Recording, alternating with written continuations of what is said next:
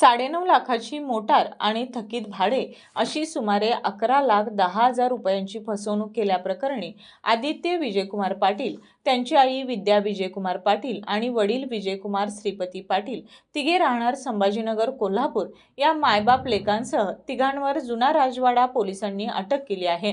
त्यांना न्यायालयात हजर केले असता न्यायालयीन कोठडी सुनावण्यात आली आहे। पोलिसांनी दिलेल्या माहितीनुसार फिर्याद विनायक बाळासाहेब सगरे राहणार जुने पारगाव तालुका हातकणंगले यांची पाटील कुटुंबियांची ओळख झाली।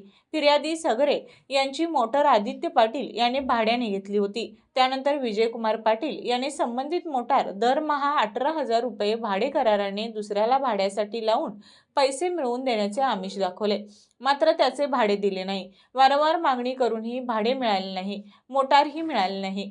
त्यामुळे फिर्यादी यांना मोटार आणि थकीत भाडे अशी 11,10,000 रुपयांची फसवणूक केल्याची फिर्याद जुना राजवाडा पोलीस ठाण्यात दिली। दरम्यान या पाटील दाम्पत्यांकडून शाहूपुरी पोलिसांनी 20 लाख किमतीच्या गाड्या जप्त केल्या आहेत।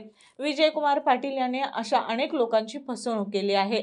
त्यांच्याकडे फसवणूक झालेल्या लोकांनी पोलिसात तक्रार द्यावी असं आवाहन पोलिसांनी केलं आहे।